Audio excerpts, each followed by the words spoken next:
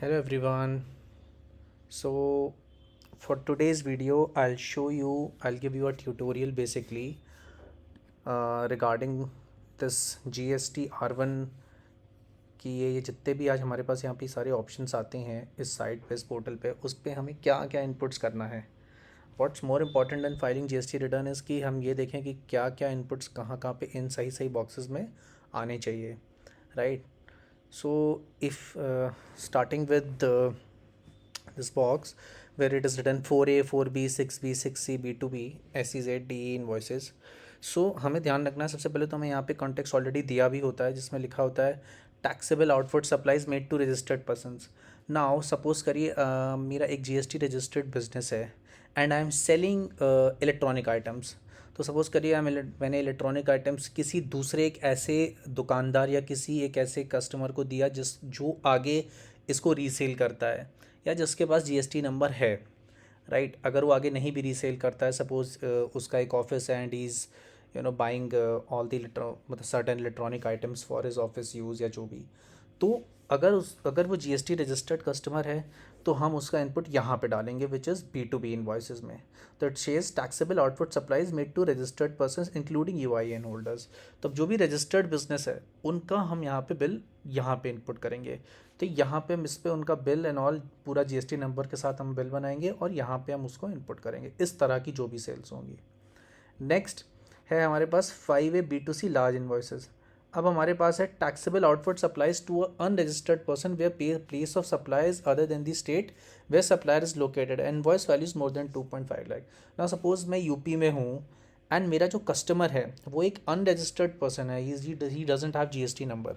अब उसके पास GST number नहीं है और वो हरियाणा में है, राइट। मैंने उसे सर्टेन गुड्स सप्लाई किए जिनकी वैल्यू 2.5 लाख से ऊपर चली गई, सपोज 2,70,000।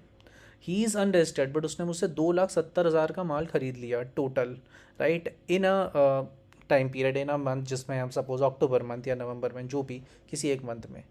तो अब इंटर स्टेट सप्लाईज जहाँ पे मेरी वैल्यू 2.5 लाख से ऊपर है वो हम यहाँ पे इस बॉक्स में डालेंगे which is in 5A B2C large invoices. Okay.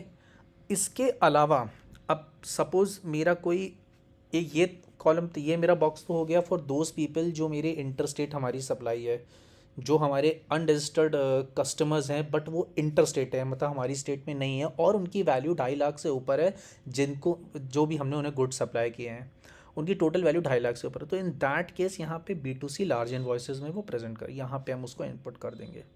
इसके अलावा अब सपोज़ मेरा कोई इंट्रा स्टेट कस्टमर है, मैं यूपी में हूँ और कस्टमर भी यूपी में है एंड उसकी वैल्यू जो है वो 2.5 लाख से कम है, या तो उस केस में हमारी जो इंट्रा स्टेट जो भी हमारे कस्टमर्स है वो हमारे 7B2C अदर्स में आ जाएंगे, राइट।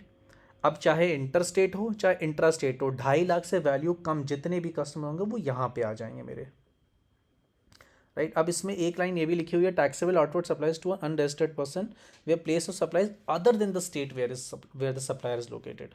तो ऑब्वियसली अब यहाँ पे केवल इंटर स्टेट वालों की ही बात हो रही है, यहाँ इंट्रा वालों की बात ही नहीं हो रही है। तो इंट्रा वाले जितने हैं वो यहाँ चले जाएंगे B2C अदर्स में, इंट्रा इंटर दोनों ही आ जाएंगे यहाँ पे। इंटर स्टेट वो वाले आएंगे 7 कॉलम में जिनकी वैल्यू 2.5 लाख से कम है। इंट्रा तो सारे आ ही रहे हैं, इंटर वो आ जाएंगे जिनकी 2.5 लाख से कम की वैल्यू हो गई, राइट। तो यहाँ पे ये थोड़ा सा कन्फ्यूजन होता है बट हमें ध्यान रखना है कि 5A B2C large invoices means जो भी हमारे इंटर स्टेट कस्टमर्स हैं और उनकी हमने जो भी गुड्स सप्लाई करी है उन्होंने हमसे 2.5 लाख के ऊपर का माल परचेज़ किया, राइट, तो वो यहाँ पे आ जाएंगे। Moving on 6A export invoices, right. तो 6 से एक्सपोर्ट इन्वॉइसेस हो गए हमारे सप्लाईज एक्सपोर्टेड, जो भी हमारे एक्सपोर्ट सप्लाईज हैं हमने जो भी बिल्स इशू किए हैं तो वो यहाँ पे आ जाएंगे, राइट। तो उसके अलावा हमारे पास है 8A 8B 8C 8D निल रेटेड सप्लाईज। अब जो भी मेरे निल रेटेड हैं, एग्जेम्प्टेड हैं, नॉन जीएसटी आउटपुट सप्लाईज हैं वो मेरे इस कॉलम में होके चले आ जाएंगे। अभी आजकल जैसे मैं आपको एक शॉर्ट का एक एग्जांपल दूं, बहुत डिटेल पे तो नहीं, मैं एक शॉर्ट एग्जांपल आपको देता हूं। जैसे आजकल लोग रेस्टोरेंट्स खोल रहे हैं तो वो स्विगी जोमेटो के थ्रू सेल कर रहे हैं। तो जो स्विगी जोमेटो के थ्रू सेल कर रहे हैं तो restaurants are showing it as a non GST output supply, right. Because आज के ज़माने में गवर्नमेंट ने ये नोटिफाई करते हैं कि स्विगी और जोमेटो को टैक्स पे करना है, कस्टमर्स को नहीं करना है, वो सॉरी रेस्टोरेंट्स को नहीं करना है। तो restaurants are showing it under non GST output supplies, right. तो वो यहाँ पे आ जाएंगे, जितनी भी मेरी नेल रेटेड है, जितनी मेरी एग्जाम सप्लाईज है, जितनी मेरी नॉन जीएसटी सप्लाईज है, वो यहाँ पे इस column 8A 8B 8C and 8D में आ जाएगा, right. Moving on, 9B credit debit note registered. अब जो मेरा ये कॉलम है 9B वाला, इसमें लिखा हुआ ऑलरेडी रजिस्टर्ड, यानी details of credit debit note issued to registered tax payer. अब मेरा रजिस्टर्ड टैक्स पेयर, ये वाला जो मेरा कॉलम है, जो फर्स्ट कॉलम है 4A 4B, उससे रिलेटेड जो भी मेरे क्रेडिट डेबिट नोट्स है वो यहाँ पे आएंगे। और ध्यान रखिएगा, क्रेडिट नोट तो ठीक है, वी नो कि भाई क्रेडिट नोट सेल्स कम करने के लिए होता है, बट यहाँ debit note does not imply purchase return. यहाँ डेबिट नोट का मतलब ये नहीं होता कि परचेज रिटर्न है वो यहाँ पे डालना है। यहाँ डेबिट नोट का मतलब होता है अगर हमें कोई वैल्यू, मतलब सेल्स के अगेंस्ट में कोई वैल्यू बढ़ानी है तो वो यहाँ पे आ जाती है। तो ये जो 9B का रजिस्टर्ड जहाँ पे लिखा हुआ है, ये सारा इस ये वाले से रिलेटेड है, 4A 4B 6B and 6C से। इससे रिलेटेड जो भी आपके क्रेडिट डेबिट नोट्स होंगे वो यहाँ आ जाएंगे। Moving on, 9B credit debit notes unregistered. अब जो भी अनरजिस्टर्ड क्रेडिट डेबिट नोट्स है, मेरा 5A से रिलेटेड जो भी आ रहा है यहाँ पे, तो वो क्रेडिट डेबिट नोट अनरजिस्टर्ड में आ जाएगा, ठीक है। तो 9B दोनों ही हैं, ये रजिस्टर्ड ये अनरजिस्टर्ड के लिए, राइट। उसके बाद आता है मेरा 11A1 11A2 tax liability advances received. अब सपोज़ करिए मैंने किसी से कुछ एडवांस लिया फॉर गुड्स सप्लाइंग, ठीक है। और वो गुड्स अभी सपोज़ करिए अभी मैन्युफैक्चरिंग में है, ठीक है। उनमें मैन्युफैक्चरिंग टाइम लग सकता है। सपोज़ आज मैं अगर जून के महीने में खड़ा हूँ, हो सकता है मेरा जुलाई में वो जो भी मेरे गुड्स हैं वो कंप्लीट हो जाएं और मैं उनको जुलाई में सप्लाई कर दूँ और बिल दे दूँ, राइट। हो सकता है वो जून में भी कंप्लीट हो जाए, right. It takes a certain amount of time depending upon the manufacturing. एक एग्जांपल दे रहा हूँ मैं आपको कि मैंने क्या किया, कस्टमर से एडवांस ले लिया, सपोज़ 20 लाख रुपए। अब मैंने उनसे 20 लाख रुपए एडवांस ले लिया है, बट मैंने अभी उन्हें गुड्स सप्लाई नहीं किए हैं, सप्लाई कंप्लीट नहीं करी है, मैंने अभी नहीं कंप्लीट किया, मैंने उनको नहीं डिलीवरी दी है गुड्स की। तो उस केस में क्या होगा ना, जो भी मेरा टैक्स बनेगा, सपोज़ 28% टैक्स है, या जो भी सपोज़ 5 10 जो भी रेट का टैक्स है, वो टैक्स मुझे यहाँ पे सरकार को जमा करना पड़ेगा इस हेड के अंदर दिखा के। तो that is why it is an advance amount received in the tax period for which invoice has not been issued, tax amount to be added to the output tax liability. मैंने अभी invoice नहीं issue करी है क्योंकि मैंने goods नहीं supply किए, मैंने एडवांस ले लिया फॉर कि भाई जब भी मेरे गुड्स यहाँ से कंप्लीट हो जाएंगे हम आपको डिलीवरी कर देंगे और उसका हम आपको बिल दे देंगे। तो जब भी वो सप्लाई, अब सपोज़ करिए सेम महीने के अंदर, मैं जून में ही खड़ा था, मैंने जून में ही 20 लाख का माल एडवांस लिया और जून में ही मेरा 20 लाख का माल कंप्लीट हो गया, मैंने डिलीवरी दे दी, तब फिर वो यहाँ नहीं आएगा, फिर वो इस कॉलम में चला जाएगा 4A 4B 6B and 6C में, राइट। तो थोड़ा सा ये लोग कंफ्यूज भी हो जाते हैं यहाँ पे, बट ये चीज़ हमें ध्यान रखनी है कि सेम मंथ में अगर वो मेरा गुड्स कंप्लीट हो गया, मैंने सप्लाई दे दी, देन फिर वो यहाँ नहीं आएगा। ये तब आप जब भी जो भी यहाँ पे लिखा है टैक्स लायबिलिटी एडवांस डेट, ये केस में जब भी आप एडवांस एक महीने में लेते हो बट आप सप्लाई कंप्लीट अगले महीने में कर रहे हो, बिलिंग अगले महीने में कर रहे हो, तो फिर आपको 11A 11 में जानना है। अगर सेम मंथ में ही आपने एडवांस लिया, सेम मंथ में सप्लाई कर दी, तो आप 4A 4B पे जाओगे अगर वो रजिस्टर्ड बिजनेस जो भी है तो, राइट। अच्छा, उससे रिलेटेड, इसी से रिलेटेड, इस पॉइंट से रिलेटेड आता है हमारा 11B1 11B2 adjustment of advances.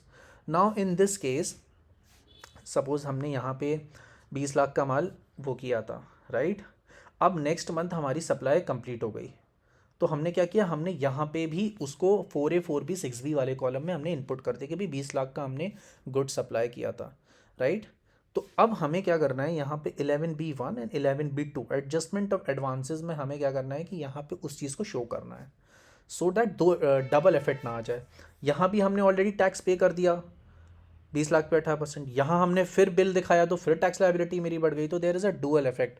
ये डुअल इफेक्ट को नलीफाई करने के लिए हमें यहाँ 11B 11B2 में एडजस्टमेंट दिखाना पड़ेगा एडवांसेस का सेम अमाउंट, राइट।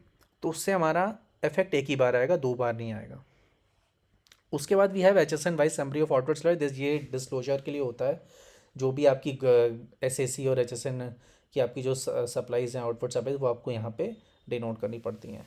और डॉक्यूमेंट्स इशूड में भी जो भी आपने टैक्स पीरियड में डॉक्यूमेंट्स इशू करे हुए हैं वो आपको यहाँ पे दिखाने पड़ेंगे, राइट। उसके बाद अगर हम देखें अमेंड रिकॉर्ड डिटेल्स में, तो अमेंड रिकॉर्ड डिटेल्स में तो कुछ ज़्यादा है नहीं, जो भी हमारी अमेंडेड B2B इन्वॉइसेस हैं, B2C है, अमेंडेड एक्सपोर्ट इन्वॉइसेस हैं, राइट, जिन जिन में बिल बनता है। मैं आपको बता देता हूँ बिल कौन कौन सा में बिल, देखिए इसमें बनेगा एक 4A 4B वाले में, एक 5A B2C में, एक 6A एक्सपोर्ट में। इनमें हमारे बिल कटते हैं, राइट, 2-3 जगह में।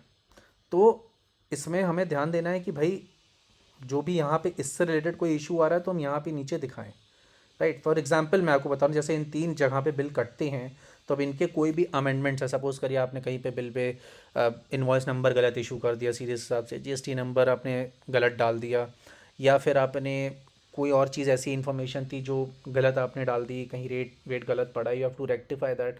तो फिर आपको क्या करना है, सपोज़ इसका है 4A 4B 6C का, तो आपको अमेंडेड B2B इन्वॉइसेस में लाके यहाँ पे उसको पुट करना है। एक चीज़ ध्यान रखिएगा, अगर आप कोई बिल भूल गए, सपोज़ इस महीने आपने कोई बिल, आपके बिल आप ओमिट कर दिया, आपने नहीं रिकॉर्ड किया, तो अगर नहीं रिकॉर्ड किया है तो आप अगले महीने क्या करो, इसी में रिकॉर्ड कर लो, राइट। उसके लिए फिर आपको अमेंडेड B2B इन्वॉइसेस में आने की ज़रूरत नहीं है।